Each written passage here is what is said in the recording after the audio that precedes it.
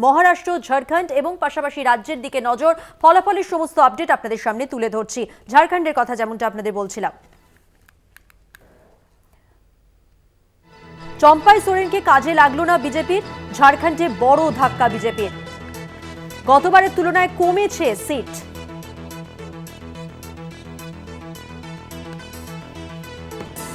চম্পাই সোরেনকে কাজে লাগলো না বিজেপির, গতবারের তুলনায় অনেকটাই কম সিট। আদিবাসীদের সমর্থন হেমন্ত সোরেনকে।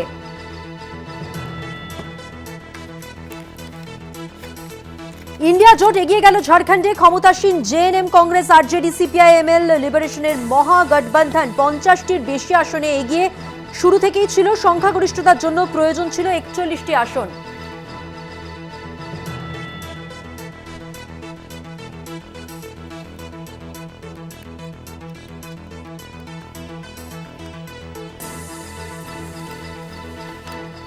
পলিটিক্যাল এডিটর আশিস চট্টোপাধ্যায় এই মুহূর্তে আমাদের সঙ্গে টেলিফোন লাইনে রয়েছেন, কথা বলবো তার সঙ্গে। আশিসদা, শুরুতে ঝাড়খণ্ডের কথায় আসবো। এই যে বড় ধাক্কা বিজেপির, আসন সংখ্যা কমেছে, এটাকে কিভাবে ব্যাখ্যা করবেন?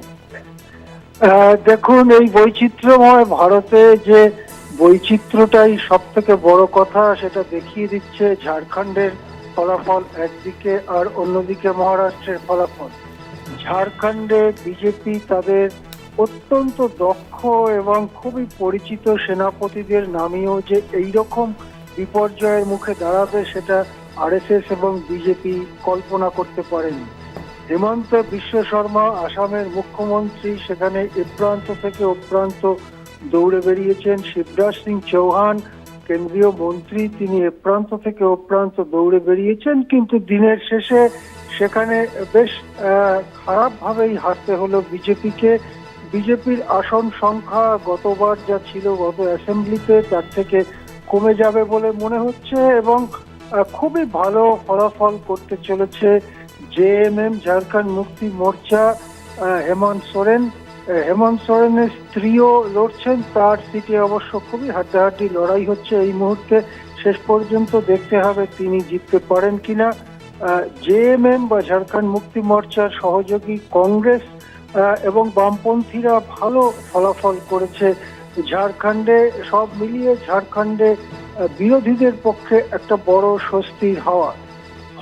ভোটের পার্সেন্টেজের ব্যাপারে আরেকটু পরিষ্কার হতে হবে। এই মুহূর্তে প্রাথমিকভাবে মনে হচ্ছে যে বিজেপি জোট 37-38% ভোট পেয়েছে। তার মধ্যে বিজেপি, তারা একাই 68টি আসনে লড়েছিল, তারা 33%-এর মতো ভোট পেয়েছে। তাদের জোট সঙ্গী এজেএসইউ, জেডিইউ, এলজেপি, তারা 3-4% ভোট পেয়েছে বলে মনে হচ্ছে। সেই হিসেবে মনে হয় ঝাড়খণ্ড মুক্তি মোর্চা কংগ্রেস জোট, তারা 42-43% ভোট পেয়েছে। অর্থাৎ বিজেপি জোটের তুলনায় অন্তত 6-7% বেশি ভোট পেয়েছে। বিজেপির অন্দরে অবশ্য জোর চর্চা চলছে এই ফলাফলের কারণ হিসেবে, কিন্তু সেই কারণ খুঁজতে খুব বেশি গবেষণা বা চর্চার দরকার হয় না। বিজেপির সমস্ত প্রচারটা কেন্দ্রীভূত হয়েছিল মুসলমানদের বিরুদ্ধে। অনুপ্রবেশের নাম করে মুসলমান, তারা আমাদের রুটি বেটি জমি সব কেড়ে নেবে, কেড়ে নিচ্ছে ইত্যাদি প্রচার সেখানে প্রধানমন্ত্রী থেকে শুরু করে সমস্ত বিজেপি নেতারা করেছিলেন। ঝাড়খণ্ডে 26% আদিবাসী এবং 13-14% সংখ্যালঘু, তারা মিলিয়ে প্রায় 40% হয়। বিজেপির এই প্রচার, যেটা উগ্র সাম্প্রদায়িক প্রচার, তার বিরুদ্ধে আদিবাসী এবং মুসলিমরা একত্র হয়েছেন এবং তারা বিপুলভাবে ঝাড়খণ্ড মুক্তি মোর্চা কংগ্রেস জোটের পক্ষে, বামপন্থীদের জোটের পক্ষে ভোট দিয়েছেন। তারই ফলাফল স্পষ্ট হয়ে যাচ্ছে।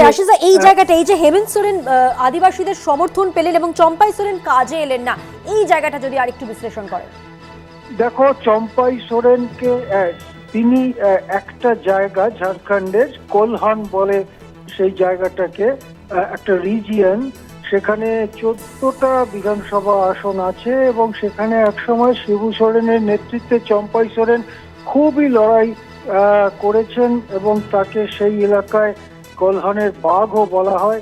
এই মানুষটি যখন হেমন্ত জেলে ছিলেন তখন তাকে মুখ্যমন্ত্রীও করে সম্মান জানানো হয়েছিল, কিন্তু হেমন্ত ফিরে আসার পরে জামিন পেয়ে যখন মুখ্যমন্ত্রীত্বের চেয়ারে আবার বসেন, তখন চম্পাই বিজেপির সঙ্গে যোগ দিয়ে বিশ্বাসঘাতকতা করেন। বিজেপি ভেবেছিল যে কোলহান অঞ্চলে 14টি বিধানসভা আসনে যদি চম্পাই তার ভেলকি দেখাতে পারে, তাহলে হয়তো আদিবাসীদের মধ্যে থেকে একটা বড় অংশের আসন বিজেপি জোট পেয়ে যাবে। কিন্তু পুরোপুরি ব্যর্থ হয়েছে চম্পাই সোরেন।